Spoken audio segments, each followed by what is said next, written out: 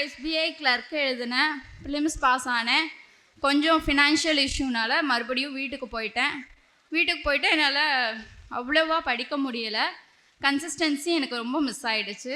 மறுபடியும் ஃபினான்ஷியல் ப்ராப்ளம்னால் படிக்க முடியாமல் வீட்டுக்கு போயிட்டனால அங்கேருந்து என்ன பண்ணலான்னு யோசித்தேன். என்னுடைய ஃப்ரெண்டு ஒரு ஆன்லைன் ஜாப் சஜஸ்ட் பண்ணாங்க.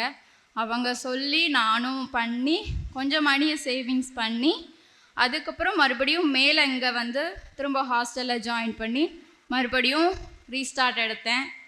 படித்தேன். ப்ரிலிம்ஸும் மெயின்ஸ் ரெண்டுக்கும் சேர்த்து தான் படித்தேன்.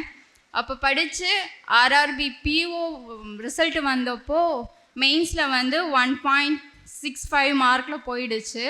அப்புறம் POவே போயிடுச்சு. RRB கிளர்க்கு கிடைக்காதுன்னு நான் நினச்சிட்டு இருந்தேன். அன்ஃபார்ச்சுனேட்லி எனக்கு கிடச்சிருச்சு RRB கிளர்க்கு. என்னுடைய வீட்டில் அம்மா, அப்பா, அக்கா, நான். அக்காவுக்கு மேரேஜ் ஆகிடுச்சு. ஃபினான்ஷியலாக ரொம்ப டவுன் ஆகிடுச்சு. அப்பாவுக்கும் கொஞ்சம் ஹெல்த் இஷ்யூன்றனால அம்மா தான் ஃபுல் அண்ட் ஃபுல் ஃபேமிலியை பார்த்துக்கிட்டாங்க. இந்த நேரத்தில் என்னுடைய அம்மா அப்பாவுக்கு ரொம்ப ரொம்ப தேங்க்ஸ் சொல்லிக்கிறேன். என் அம்மா நீ போய் படி, அமௌண்ட்டை நான் பார்த்துக்கிறேன். ஃபஸ்ட்டு 1.5 வருஷமாக என்னை படிக்க வச்சாங்க. அடுத்து முடியலை, நானும் போயிட்டேன். நானும் சப்போர்ட் பண்ணணும்னு சொல்லிவிட்டு என்னுடைய ஃப்ரெண்டு சஜஸ்ட் பண்ணனால ஆன்லைன் ஜாப் பண்ணி அந்த ஃப்ரெண்டுக்கு எனக்கு ரொம்ப ரொம்ப தேங்க்ஸ் சொல்லிக்கிறேன். அப்புறம் நிறைய நேரத்தில் என்கிட்ட டவுனாக இருந்தப்போ இங்கே ஹாஸ்டலில் இருந்த ஃப்ரெண்ட்ஸ் என்னை ரொம்ப ரொம்ப சப்போர்ட் பண்ணாங்க.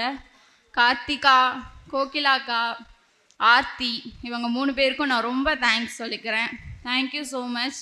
நெக்ஸ்ட் இயரில் இந்த இயர்லேயே அவங்க அடுத்த சக்ஸஸ் மீட்டில் இங்கே வந்து பேசணும்னு நினைக்கிறேன். நான் அங்கே உட்காந்து கை தட்டணும்னு ஆசைப்பட்றேன். All the best. இப்போ பாஸ் ஆகிருக்க எல்லாருக்கும் கங்க்ராச்சுலேஷன்ஸ். ஃப்யூச்சர் பேங்கருக்கு ஒன்று தான் சொல்லணும், கன்சிஸ்டன்சி. அதை மட்டும் விட்டுறாதீங்க. ஹார்ட் ஒர்க் போடுங்க, கன்சிஸ்டன்சியாக படிங்க, நீங்களும் பாஸ் ஆகலாம். All the best. Suresh IAS academy, வெற்றியின் முகவரி.